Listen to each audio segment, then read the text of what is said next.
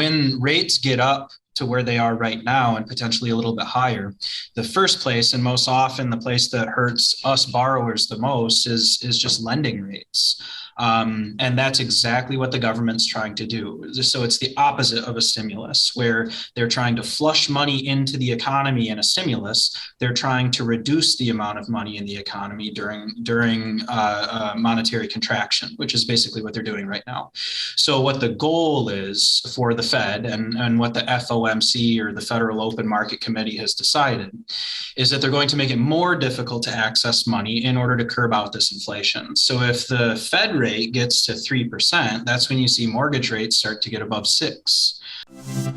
Cornerstone Retirement Partners presents Your Course to Retirement with Grand Rapids Certified Financial Planner Ron Corser and Nolan Goslee. Cornerstone Retirement Partners are planning today for the potential of tomorrow. And welcome into the program. This is Your Course to Retirement with Nolan Goslee of Cornerstone Retirement Partners, Grand Rapids, your resource for a common sense approach to planning for your financial investment and retirement future, and providing perspective and guidance on the complex financial and economic issues that we face. Today on the program, Nolan, going to be talking about these rising interest rates and the impacts that they have on our financial progress. We've heard a lot about rising interest rates this year. What do we make of it? Heads or tails? Is this a good or a bad thing for savers and investors? Well, it depends on what kind of saver and investor you are, I guess. Like every diaper commercial, it depends. It's going to depend on what your goals and objectives are with the money that you're putting away. Interest rates going up is something typically the government does when it's trying to control the monetary supply, curb inflation, or increase inflation. These are things that the government does do on an ongoing basis, and it impacts a wide variety of market sectors, and a lot of people and a lot of money is influenced by it. So yeah, it impacts stocks, impacts bonds, impacts us savers. It impacts a little bit of everything, but we've had five pretty significant rate hikes already this year, with potentially more. And I guess it just depends on how the election goes as well. Well, we will be talking about in detail the impact that interest rates have on your financial strategies and progress. And of course, as always, if you have any questions, if you would like that complimentary review and strategy session, if you'd like information and education on any financial topic that's been on your mind, you are always welcome to get in touch with Nolan and the team from Cornerstone Retirement Partners by calling 616-301-2581. That is 616-301-2581, 616-301-2581. So at the crux of this, Nolan, is the Federal Reserve. The Fed, as it's called in conversation, does have this dual mandate to try to promote full employment as well as keep inflation under control. It seems like maybe the cat got out of the bag a little bit on that one, and inflation got away from them. And that's why we are seeing these interest rate hikes. It seems like that a little bit. I think that, hindsight being 2020, it's easy to attribute this to a lot of things. But if I can just paint with the broadest brushstroke that I can, it just definitely seems like a lot of money was printed to get us out of an environment that we were not sure we were going to get out of when COVID came through. I'm not sure what everybody else thought, but when I saw circuit breakers and when I saw the market go down day after day after day, I didn't know when the end was going to stop. And so, so what the Fed does when they're, changing interest rates and controlling interest rates is they're trying to impact that monetary supply, trying to control inflation, curb inflation. So when money's printed or when they take too loose of a monetary policy, oftentimes the correction, which is what we're going through right now, can be quite drastic. So yeah, a lot of money printed in a very short amount of time. And of course, coming out of the pandemic, very, very significant inflation numbers over the past 12 months. And really, it began before that. The quantitative easing, as it was termed, began after the Great Recession, several rounds where they were trying to put money into the economy to stimulate it. And I think that they were trying to taper that off and reel it back in. And then COVID came along and we needed more of it, right? Yeah, and it was more of it and quickly, and unable to determine when we were going to be able to either pay it back or issue different types of debt or whatever. It was a this is an emergency. We need to break the glass and get the axe. It's not a we planned for everything that necessarily happens. So yes, I think maybe like administrative changes could have caused a little of a hurdle to get over. It's different and more difficult to pass rules and regulations as we change administrations, of course. The government and in the midst of crisis. Yeah, and in the midst of crisis, and there's no way to determine where we're going to come out on the other side of it. So, yeah, this easing and what they've been doing and modifying the monetary supply, this is just the other side of it. So they've seen it work long term, and now we're seeing a very condensed version of it where they're trying to curb really significant inflation in a very short amount of time. And they did sort of try to get ahead of this. I mean, if we again look back, 2018, before COVID, the Fed actually raised interest rates, I think 4 separate times, but it was at a nominal amount. It was only like a quarter of a percentage point, 25 basis points, the language that they use. And even that had a pretty significant impact on the market. So they sort of held off and delayed toward the end of 2018 and into 2019 before COVID, right? Yeah, and I mean, there was a really significant market sell-off at the end of 2018 too. And I think at that time when we were not entering into financial crisis, but there was a pretty significant sell-off that year due to some stuff that was just going on in China. I think that the government was a little disincentivized from continuing that interest rate rising. So maybe the suspension of it, several years ago, is partly, to blame for it. It's a very large, slow-moving beast. The government and the Fed rate that is set. So to see it raised, I mean, to 2.25% the last 3 raises, that's really, really significant compared to what they were doing just a few years ago. So I don't know if they're going to be able to completely stomp out inflation, with all the actions that they've taken, but it certainly warrants at least looking for potential places to invest just to kind of ride this wave while it's happening, for sure. And ladies and gentlemen, these subjects have dictated the direction of the market and the economy, and therefore impact and affect your savings and investments, your progress toward retirement. That's why it's so important to understand them. Informed people make better decisions with their money, and our goal on this program is for you to be more informed. And if you'd like to take the additional step of applying this information and education to your personal situation, to review and evaluate what options are available to best help you make that progress, achieve your financial goals, pick up the phone and give Nolan Goslee and Cornerstone Retirement Partners a call. 616-301-2581, 616-301-2581, 616-301-2581. You can also visit online, cornerstone-rp.com, cornerstone-rp.com, Cornerstone Retirement Partners. And Nolan, backing up and giving this a little context, when we hear the term the Fed, it's short for the Federal Reserve. They are a central bank. They are basically given privileged, exclusive control over the production and distribution of money. And when we refer to the Fed's interest rate, that's the rate that they offer other banks and lending institutions to access money, to access capital and borrow it from them. So whatever their rate is, the banks pay that, and we would expect, because banks intend to be profitable, that we actually get charged even higher than what that rate states.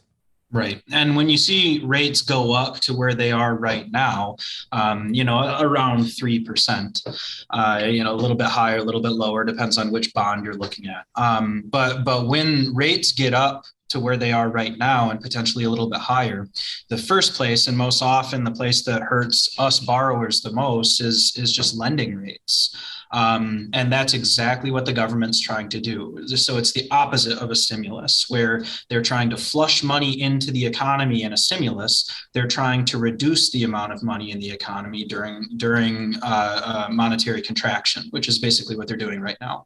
So what the goal is for the Fed, and what the FOMC, or the Federal Open Market Committee, has decided, is that they're going to make it more difficult to access money in order to curb out this inflation. So if the Fed rate rate gets to 3%, that's when you see mortgage rates start to get above 6.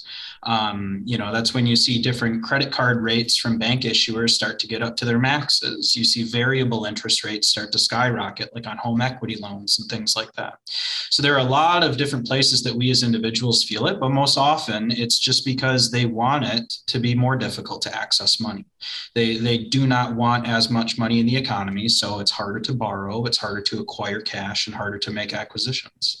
Econ 101, supply and demand, right? If you supply more of something, then prices go down. In this case, the price is the value of the dollars that we hold. And if you restrict access and limit supply, then prices go up again. In this case, the value of our dollars. So when they put too many of them out there, supply side, the value, the buying power of our dollar went down. Inflation, now they're trying to reel it back in. I'm trying to explain this simply, but basically they are trying to pull money back in and hopefully bring at least the increasing cost of living down to a reasonable level. I don't think that they want inflation to ever go away because money and the money supply is supposed to expand, correct? Sure. Yeah. And inflation is normal. Like we've almost always had inflation. You don't want to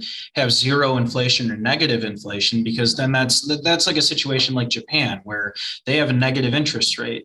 The banks literally charge you to store your money there. That's how it works. Instead of paying you an interest rate, it's kind of interesting. But we usually want a positive inflation. We want our GDP to grow. We want our economy to grow, and our economy grows through inflation. What we don't want is inflation that can't be curbed or derailed inflation. And we're not quite there. It's not an economy where inflation is going to go up 50% per year, 50% per month or something like that, like a Venezuela. But certainly, I mean, if we experience higher than normal inflation or higher than planned for inflation, our numbers don't quite match up. Our debt doesn't quite match up. We issue debt at a much different interest rate. It impacts our old debt as an economy. So we want inflation, but we want it to be able to control, and we want it within a certain parameter. And most times you don't want it much above 5 or 6%. And it's been well above 8, 9, 10% for a while. It's been in that range. So obviously this is going to affect borrowing, mortgages, lending, bonds, savings, interest rates, as well as debt, investments, credit card rates, any kind of loans that we're taking out, as well as pensions. And we're going to get to that a little bit later in the program, but something to be aware of. If you've got a pension on the line, that lump sum may be impacted by these rising interest rates, something you absolutely should be aware of here. But one of the main driving forces of the economy, Nolan, is mortgages, or are mortgages, and the housing market. And certainly as interest rates rise, that is impacted on several levels.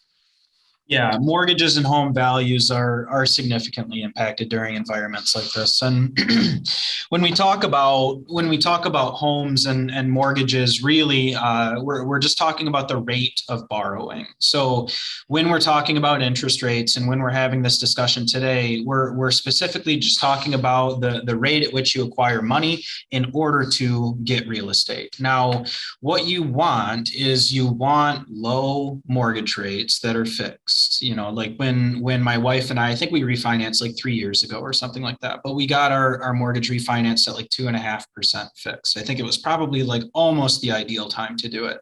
Probably could have gotten a little bit lower, but who knows how timing is actually going to work out. Like if I go take that same mortgage right now, I'm going to probably pay 6% for it. And there's a very, very good example that I just like to go through with you for the difference in those interest rates. So if I go and have a mortgage of $350,000 at 2.5%, I mean, I'd like to, my house isn't that big, but round numbers. If you have a mortgage at that rate, you can have a $500,000 mortgage at a 2.5% rate, or a $350,000 mortgage at a 6% 5% interest rate. And that's really significant. It's $150,000 more of home just because the rate that you're borrowing at is a little bit less. And that's just how that interest rate impacts a 30-year mortgage over time. It's really, really significant. So yeah, we need to talk about mortgage rates and how these interest rate rises are going to keep impacting them for sure. So that means that people moving into bigger and bigger homes simply because they can't afford to do so at the same or less payment, which has been happening over the last decade, will probably slow, if not come to a close. Yeah. And I think, well, we, at least in our community in Grand Rapids, we're starting to see that a little bit. We're starting to see the housing market slow down just a little bit. I mean, you're starting to see sellers pay some of the real estate fees. You're starting to see sellers pay for some of these things that buyers used to just shovel all the money for, so that they could acquire the homes quicker. Well, now the sellers are trying to get rid of their properties a little bit quicker.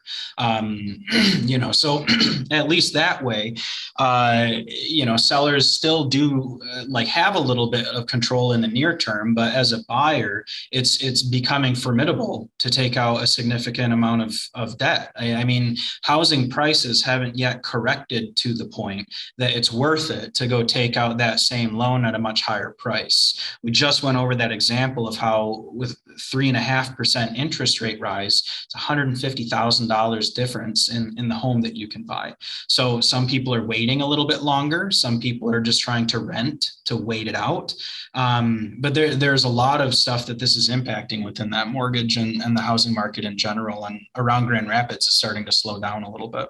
In real estate, we commonly hear the terms, this is a seller's market or this is a buyer's market. And certainly the end of 2021 and for several years prior to that, it was significantly in favor of the sellers. Buyers were lining up with cash in hand and offers were coming in well above asking price. It was therefore a seller's market. Sellers didn't have to do a whole lot to sell their homes. No, they didn't. This market it seems to be neither a buyer's or a seller's market because of the cost of financing and because of the pressures that are being put on sellers. Yeah. And when you encounter a situation like this, I mean, it's not necessarily equilibrium because there's still disruption in the market, right? I mean, to have equilibrium, that just means that supply is perfectly meeting demand. Everybody's acquiescing to everybody's request, right? Well, never happens. No, and it doesn't quite feel like that's happening either, right? How can we possibly be in a market where everybody's looking for a house, everybody's looking to sell their house, nobody can get a house? It's not good to invest for rental because rates are too high. It's not good to invest for flipping because you can't get favorable short-term loans. So, that all makes it sound like it's not a very good time to get into real estate. And yet, usually when times are the bleakest, it's the best idea. It's neither a buyer's market or a seller's market. I think it just depends on either what you have or what you want.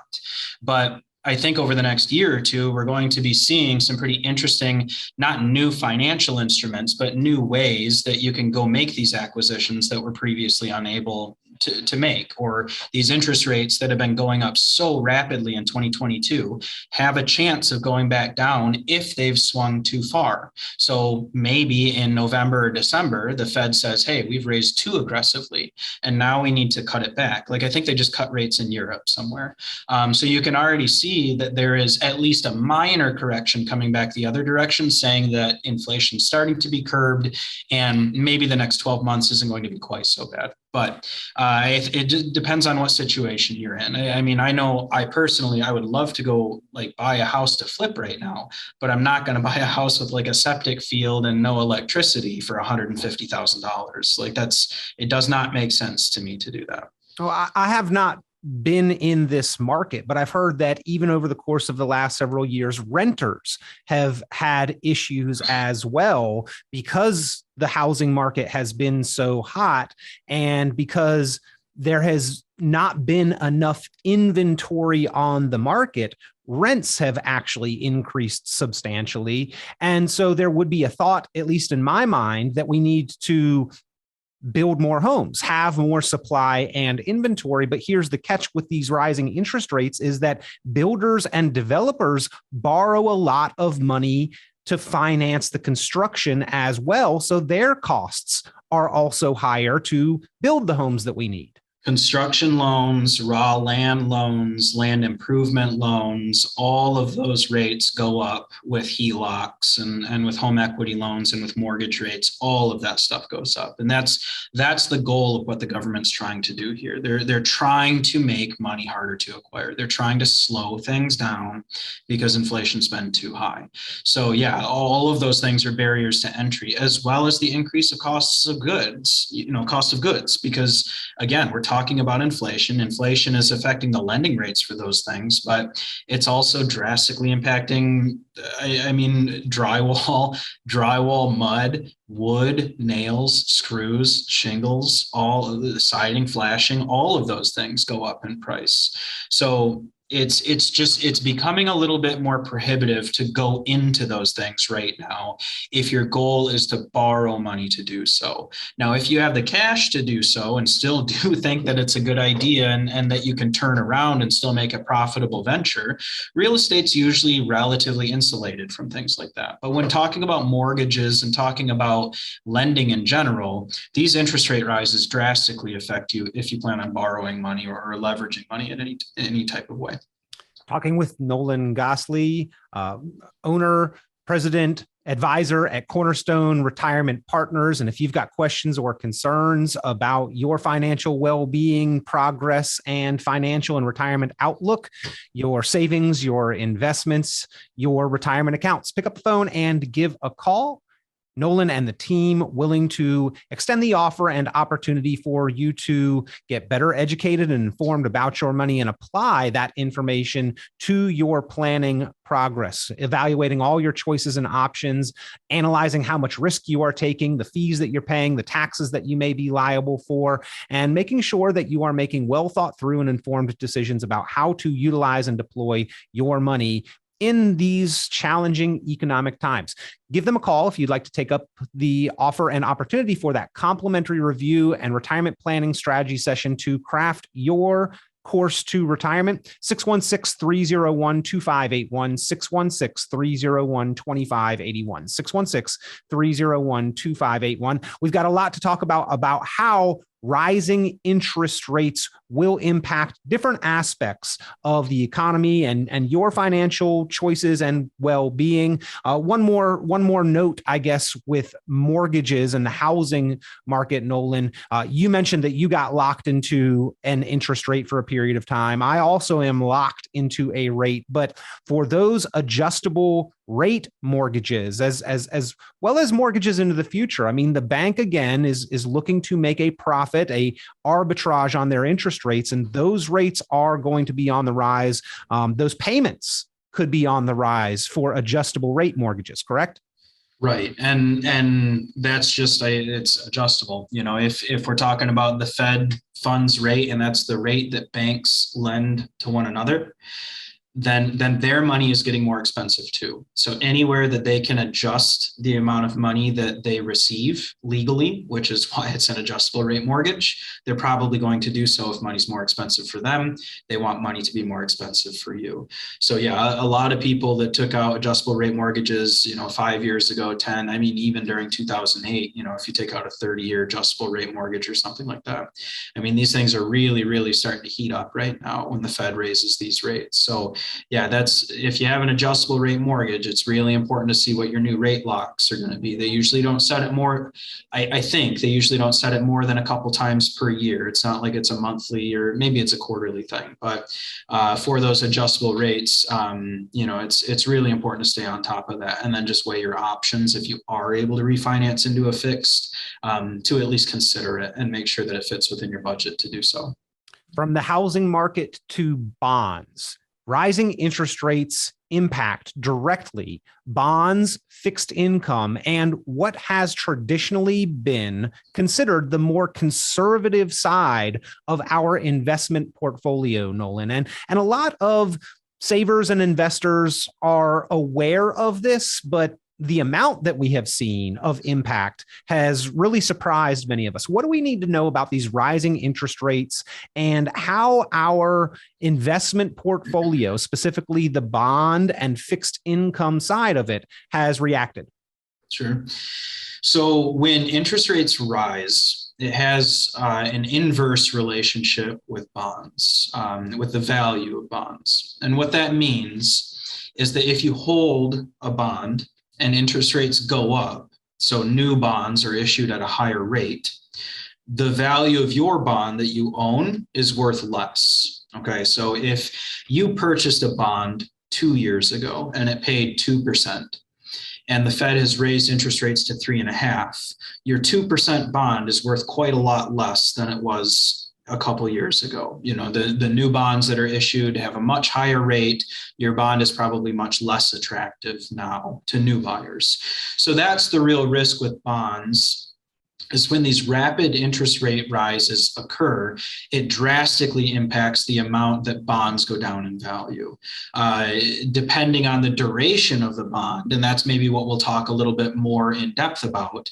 The duration is really that interest rate risk, but the duration of the bond is how long that bond takes to mature. And the longer the duration, I mean, it has a significant impact on how these interest rates affect the value of those bonds. And I know that certain bonds have varying durations, but one thing that is closely paid attention to is bonds or debt issued by the U.S. government itself. And we think of the time value of money, that the longer we leave money out for, the longer the duration, the higher interest rate we should earn. But there have been a couple instances over the course of this year where the short-term treasury rate is actually higher than the long-term treasury rate. We get a higher interest on a 2-year treasury than we get on a 30-year treasury. And sometimes that is seen as a bad omen or indicator of tough economic times ahead, right, Nolan? Yeah, so when that happens, when you see short-term interest rates go higher than long-term interest rates, that's called an inversion of the yield curve. A yield curve is what the government bonds are worth, any range from, I think, 1 month all the way through 30 years. So normally it's pretty steep at the beginning and then flattens out over time. From 2 to 30 years, there's usually not that big of a spread. So normally this curve goes up a little bit and then flattens over time. But when these short-term yields go higher, the yield curve inverts. So it starts high and then ends up going low and then flattening out. And usually that's indicative that we're in for a pretty significant economic experience. This can be in the form of a depressionary period or a recessionary period, but almost always when you see these yield curve inversions, if they're not corrected in relatively short order, it just means that we are in for an experience of some type. Now, each one of these is a little bit different, spurred by something else. Some are caused by like the dot-com crisis. I think when there was a yield curve inversion, I think there was one back in 2001. That one was tech-driven. In 2008, it was housing-driven. In 2018, it was a little bit of interest rates and then a stock sell-off. And this year, it's just because interest rates are being driven up so quickly. So when you see these inversions, I think it's important to know what's causing them and then also determine how long you expect that risk to go on.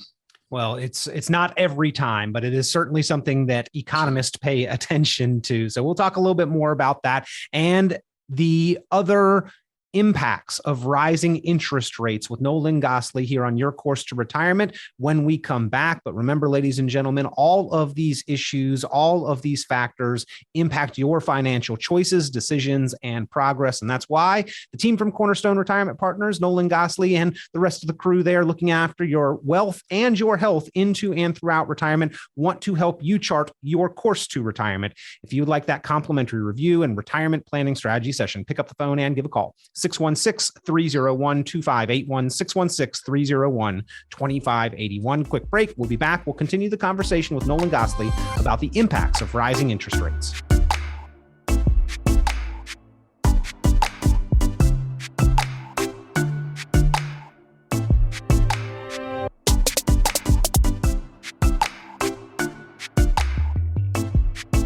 And we're back here with Nolan Goslee on Your Course to Retirement, brought to you by Cornerstone Retirement Partners, Grand Rapids, your resource for a common sense approach to planning for your financial investment and retirement future. If you've got questions or concerns, they are a resource to help guide you in your wealth and your health, looking after that financial and investment and retirement side, as well as the healthcare component. Medicare open enrollment season is here. And if you've got questions about your coverage and benefits, contact the team from Cornerstone Retirement Partners. Nancy Corser helps to handle that side of things. But today with Nolan Goslee, we are talking about interest rates and their impacts on several different aspects of the economy.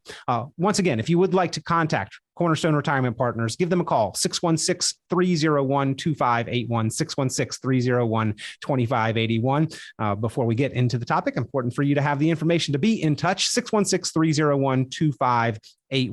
Nolan, we are talking about these rising interest rates and the fact that it has significantly impacted our fixed income side of our portfolio, or the more conservative bond or bond fund side of the portfolio, the side that typically is meant to not suffer from significant volatility. Now, the New York Times cited that this is the bonds' worst year yet, and Forbes questioned whether is this the worst year ever for bonds. So what do you make of this? And is this, in fact, one of the worst periods that we have seen for bonds and fixed income? Well, it seems like it's the worst period for a lot of things. But when looking at bonds, I've always coached people that, taking a diversified approach is not necessarily stocks and bonds, but it's risky versus safe assets. And this year has been a very good example of how bonds, even though they are traditionally touted as the safe or safer portion of your portfolio, are still subject to risk. Way beyond stock market volatility, way beyond what's happening in overseas markets or anything like that. We have what I would consider to be one of the safer investments that I typically use in my portfolios, AGG. It's an ETF, it's an aggregate bond ETF for US bonds, short-term US bonds. That's down 13% this year. And when looking at bonds, and bonds are supposed to be, and I mean, short-term bonds didn't pay that much anyway. I mean, 1.5% pay 1% for your advisor fee.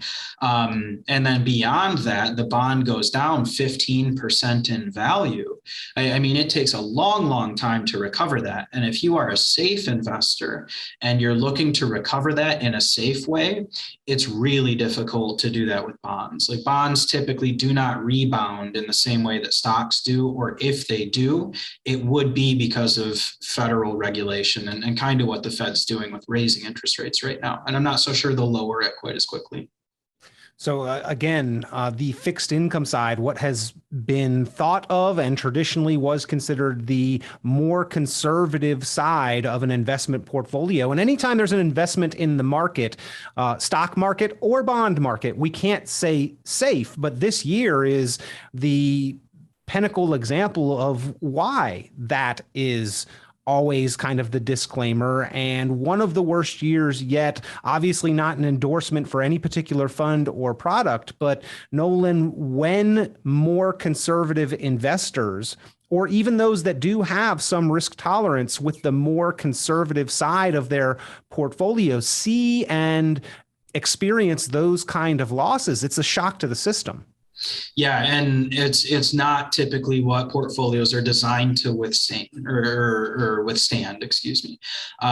When you experience both stocks and bonds declining in such a rapid manner, 10, 20, 30% down in a 9, 10, 11 month period, that's really significant.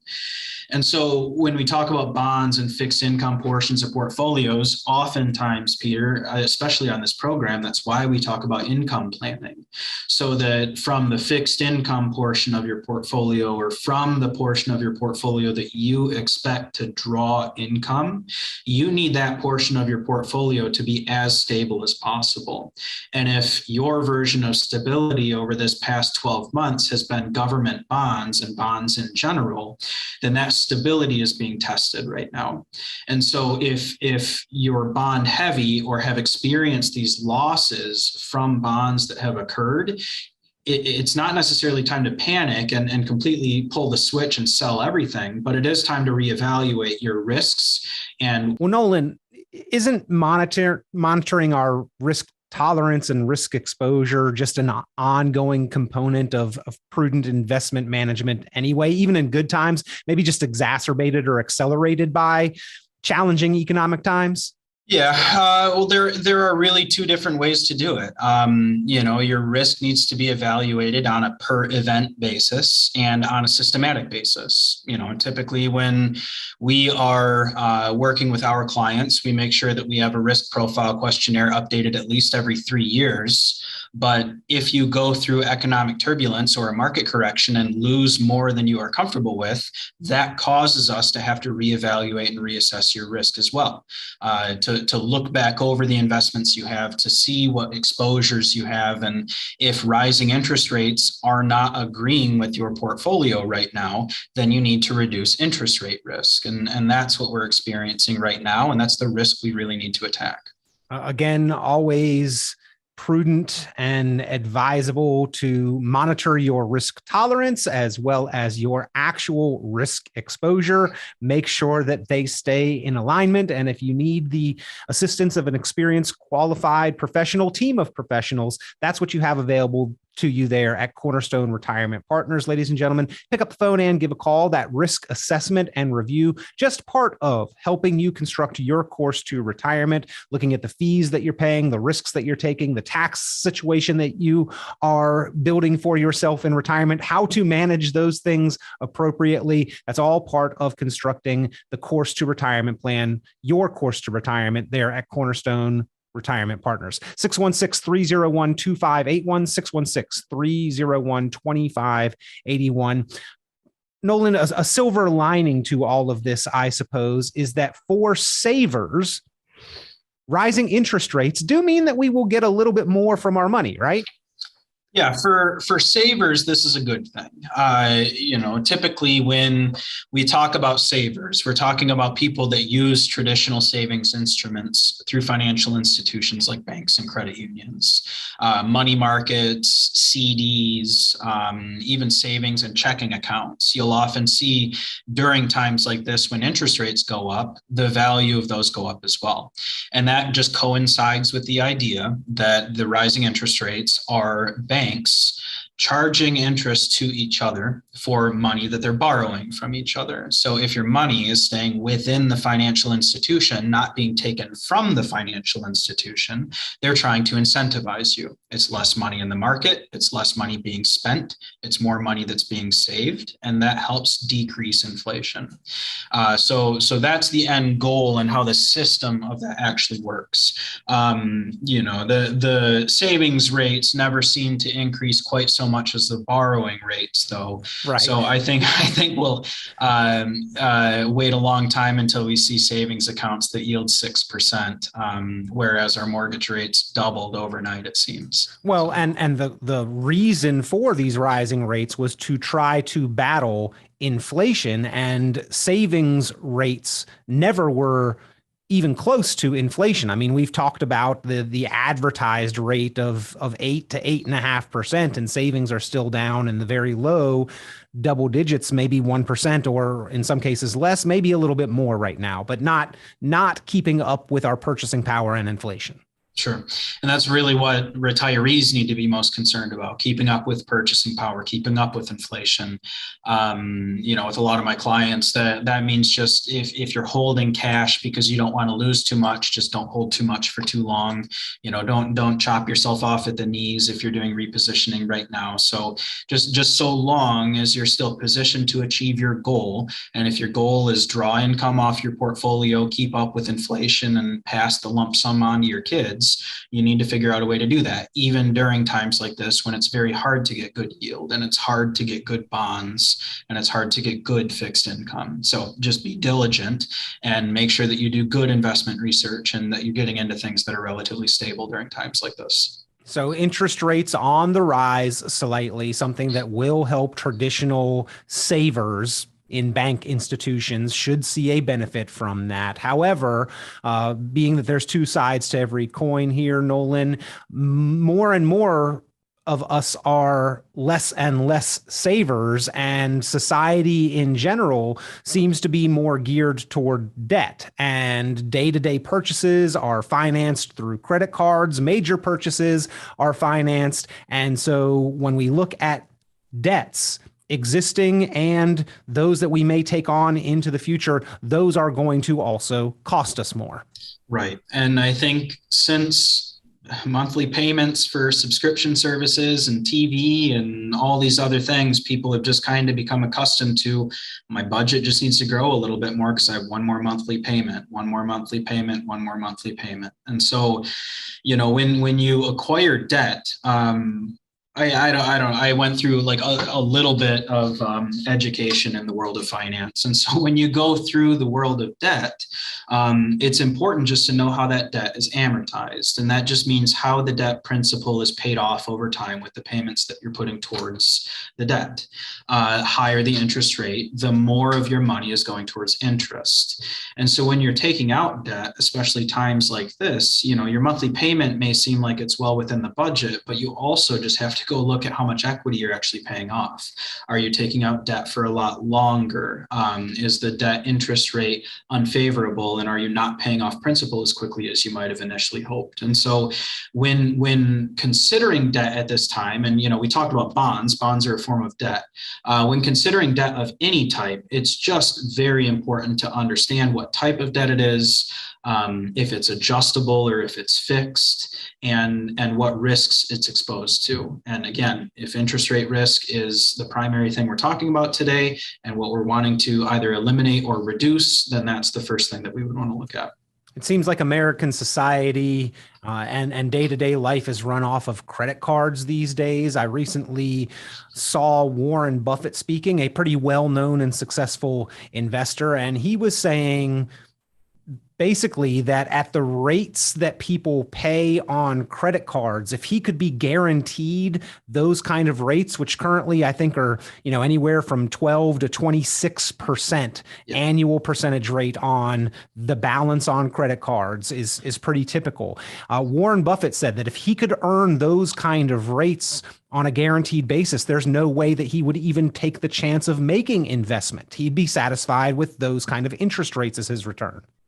Yeah. And those interest rates are, they're desirable, if you can consistently get it, and that's what debt issuers are looking at right now. They're looking at, hey, if I can continue to issue this debt, it's a higher interest rate. I'm incentivized to get it because me as an institution, I'm getting more income. I'm getting more interest. But as individuals, it's working against us significantly. Right, exactly. Yep, exactly. So as individuals, we just need to make sure that we're being careful, and not every time is a good buying time. Not every time is a good selling time. But I think it's a good time to at least evaluate everything pretty much whenever you can. And this is a completely different environment that we were in 1 year ago, 2 years ago, and 3 years ago. Rates have gone up so much over the past 12 months compared to normal. So there are good buying opportunities and there are good ways to reposition your portfolio.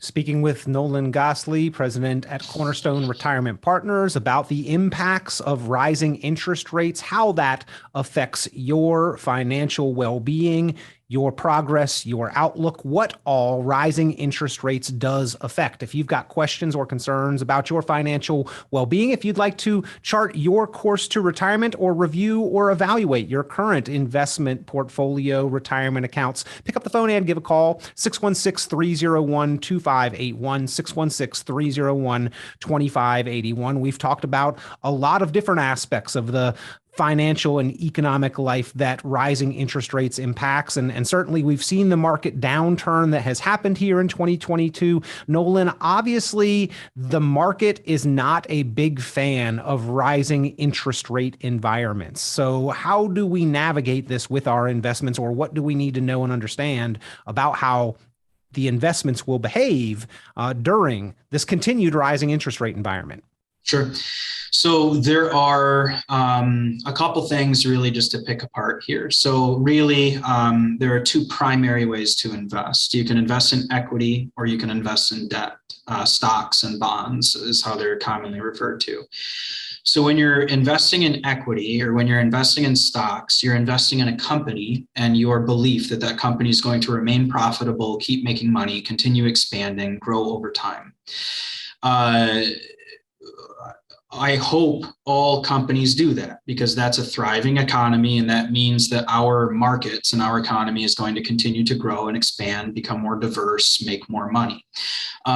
These equities, these company profits are also impacted by these rates. So when you have companies, smaller and mid-sized companies that take on significant debt for projects, or they're going through expansions, or they have different products they're developing, or R&D that's been going on over the past couple of years, but they're going in for a new round of funding. All of these are different considerations, but all of those are impacted by this increase in interest rates. They finance things too. Yeah, exactly. Companies finance things just like we do, just in a slightly different way.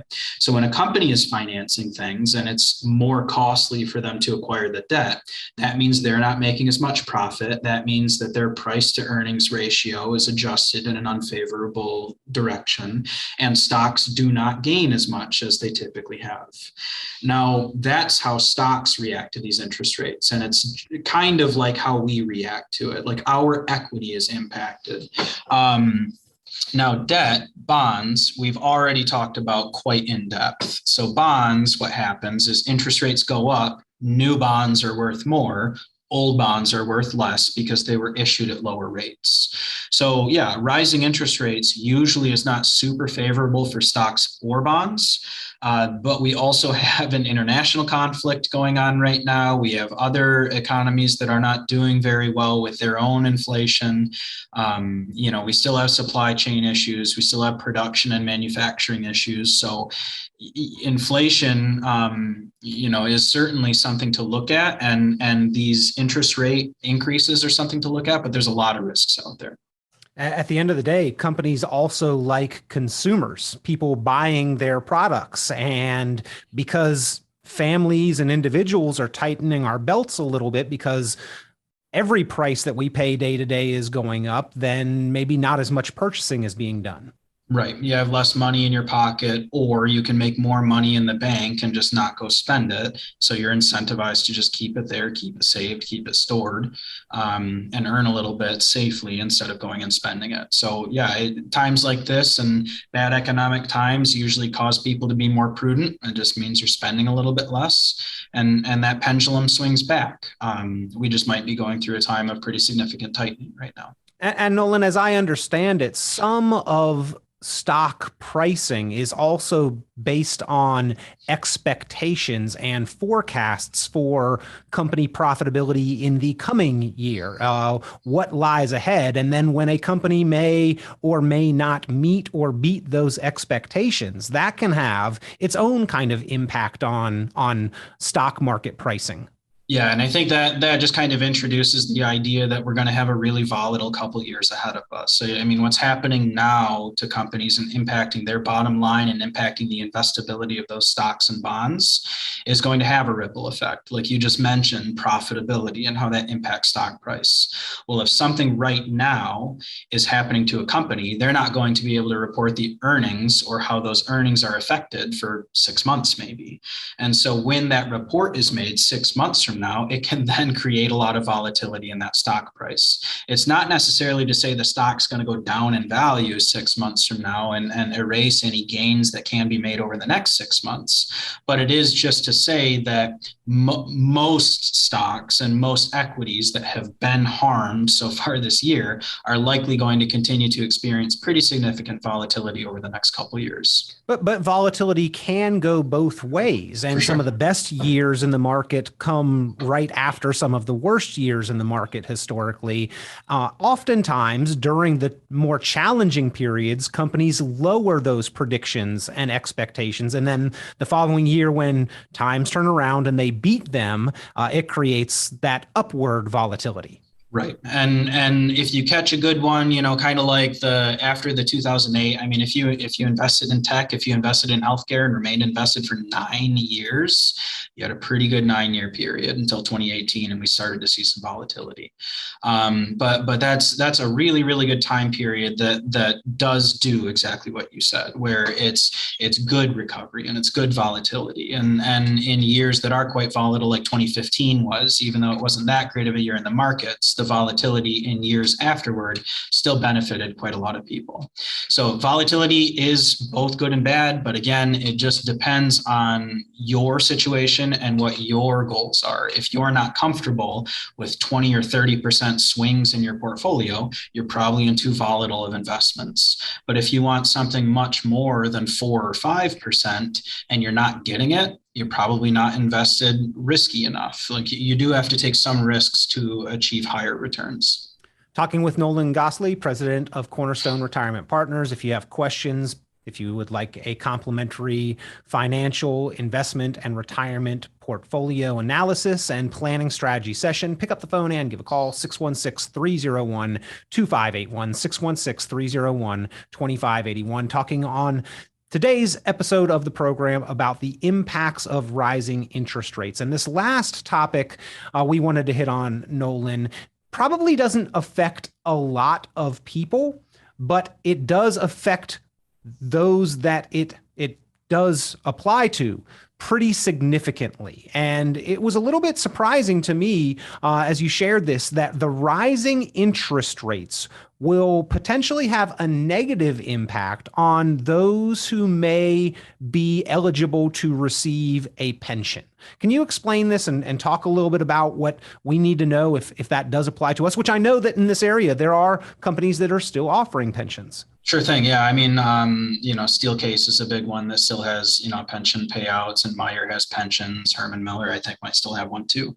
But there's a lot of companies around here that still do have those. Now, when we walk people through their pension options, most times you're given the paperwork from your employer. We then walk you through the options, plan out your income and everything like that. We've recommended it both ways. Take your pension in the income stream or take your pension in the lump sum. Now, when you take your pension, they base your income stream off of a presumed rate of interest. Now, let's say your lump sum amount that you can roll out right now is $1 million. And they say your presumed rate of interest in the pension plan is 4%. That means you're going to get around $40,000 per year for the rest of your life if you choose a straight life annuity that's going to continue paying you no matter what. Okay, so $1 million, 4%, $40,000. Now, interest rates are going up right now. So if the pension plan is planning on giving you $40,000 a year, and that's their desire to give you the average of your last 3 months' work, and interest rates go up, then the equivalent portfolio value goes down. So to get $40,000 from a portfolio earning 5% per year instead of 4% per year, you only need $800,000. So that's what we're talking about here. When in maybe 2021, you had $1 million lump sum payable or 4% interest, $40,000 per year. Now in 2022, since interest rates have gone up so much, you may still have that $40,000 income available to you, but your lump sum that you might have available is only $800,000 now, just because of presumed interest rates and whatever actuarial tables they use for the pension. So this is something that probably only affects a very niche group of people. But if you do have a pension and you're considering either taking lifetime income or lifetime with spousal benefits or lump sum rollout and invest it and take income down the road, it's extremely important to look at the interest rate risk that your pension has, because they very well may adjust your lump sum payable if interest rates continue to go up and stay elevated for a significant amount of time. Yeah. And in learning about this from you, Nolan, I went out and did a little bit of research on it so I could have an informed conversation. One of the articles that I found sort of suggested that you may want to move up your retirement date if this applied to you. Not sure I wholeheartedly agree with that in the midst of a down market either. So two sides to that coin as well, that each individual that this does apply to really needs to weigh pretty carefully. Yeah, and it's an individual decision. It's not any blanket statement that anybody on this program is making right now. But it is to say that it's worth looking at. It's worth evaluating. It's worth just taking a peek and saying, hey, am I exposed to the risks that I believe I am exposed to, or is there something ugly lurking behind the curtain that I didn't necessarily plan for? Does it affect my pension? Does it affect my Social Security? Does it affect healthcare costs? Taxation of benefits? All those types of things are things to consider. There are investments that you can make right now that help protect you from inflation, that help protect you from interest rates going up. There are also ones that help protect you from interest rates going down and everything going the other direction. So it creates a need for active planning. It creates a need for prudent decision making and just making sure that you're coming from an objective and fundamental standpoint, not just making emotional, rash decisions, because most times those are the ones that people don't recover very elegantly from. Well, in 2022, we have heard a lot of conversations about rising interest rates. And in certain circles and certain conversations, we may even hear that interest rates are improving. But what we have seen is that rising interest rates create significant economic challenges as well. And so we need to understand all of the full implications of how rising interest rates will affect us in our individual personal financial progress and well-being. And that is what the team at Cornerstone Retirement Partners is here for, ladies and gentlemen. If you would like that complimentary portfolio analysis, if you'd like to sit down and review all aspects of your savings, your investments, your retirement accounts and plan, if you'd like to get your course to retirement charted out, pick up the phone and give Cornerstone Retirement Partners a call, 616-301-2581, 616-301-2581, 616-301-2581. They are there as a resource to help get your questions answered and to have a plan for your financial future that you can refer back to, as well as a relationship with a team of qualified, experienced professional advisors that you can continue to monitor that plan along with. 616-301-2581. Nolan, we always appreciate your time and perspective here on the program. Enjoy seeing you. Well, it's great to be able to talk about this stuff with you guys. It's important to stay on top of this, especially as times continue to change. It's an election year. There's a lot going on. So if you want help, if you want somebody to take another look, if you just need a second set of eyes on something, just let us know and we're happy to help. 616-301-2581, 616-301-2581. Nolan and the team looking forward to hearing from you soon, helping any way they can. Thanks. Tune into Cornerstone Retirement Partners' full radio program, Your Course to Retirement, Sunday mornings at 9 o'clock at News Radio WOOD, or visit cornerstone-rp.com for many valuable resources, including those mentioned on this show and other great episodes of Your Course to Retirement.